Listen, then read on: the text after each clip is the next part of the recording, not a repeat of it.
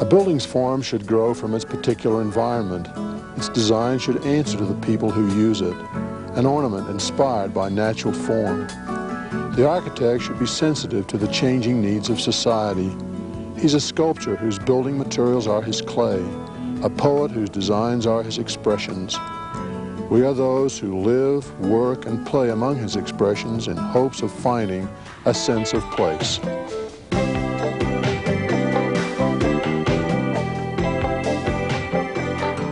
It is from this site, located at the base of Immigration Canyon, high above the Salt Lake Valley, that Mormon leader Brigham Young and his followers caught their first glimpse of the Great Basin and their final destination.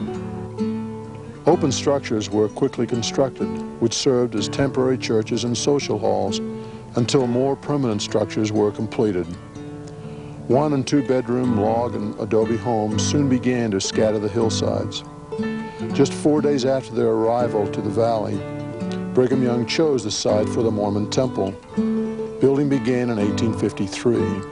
Its variation of Gothic Revival style was designed by church architect Truman O. Angell. Granite stone for its structure was secured from Little Cottonwood Canyon, 25 miles northeast of the valley, sometimes taking as many as 6 oxen in 4 to 5 days to transport each slab. The building wasn't actually completed until 1893. It was the first temple to begin in Utah, but the 4th to be completed. By 1856, 10 years after his arrival into Utah, Brigham Young, a builder by trade, had built several homes for his polygamous families, 2 of which still stand on Salt Lake's South Temple, or Brigham Street as it was called then, the Lion House and the Beehive House. The Beehive House, built of adobe between 1853 and 1855, reflects New England tradition, including a widow's watch, where one could keep a watchful eye to the sea for the arrival of returning seamen. Atop the cupola within the watch was placed the beehive, the Mormon symbol of industrialism, which also gives this house its name. Let's step inside and take a look. Welcome to the Beehive House. This was Brigham Young's home. It was built in 1853. He designed the home with the assistance of his brother-in-law, Truman Angell, who was also the architect for the Salt Lake Temple. The unique features of this home probably influenced the architecture of the Salt Lake Valley for many years.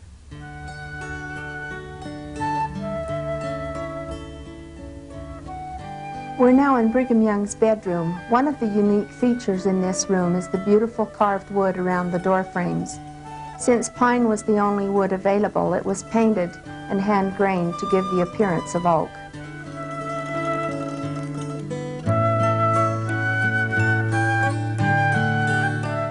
We're now looking at the front stairway that goes up 3 stories to the top floor of the Beehive House. Its architecture is unique in that it's a hanging stairway, unsupported on the one side.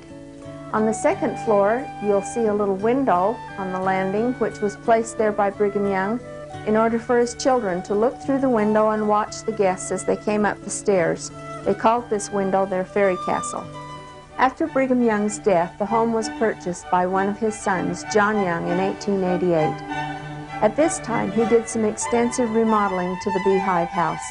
And we see here in this formal dining room the elegant Victorian design in comparison to the humble adobe construction of the house itself.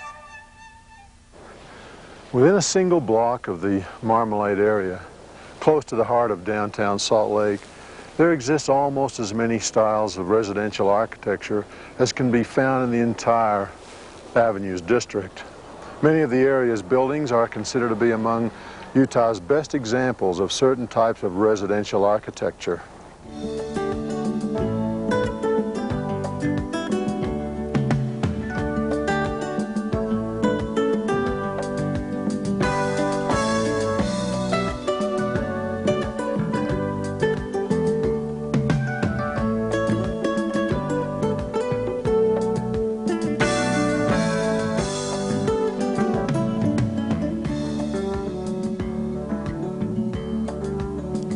From the 1880s to the first few years of the 20th century, Utah became a leader in gold and silver mining.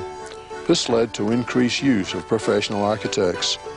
Prominent mining entrepreneurs turned Salt Lake's South Temple into a street of palatial residences.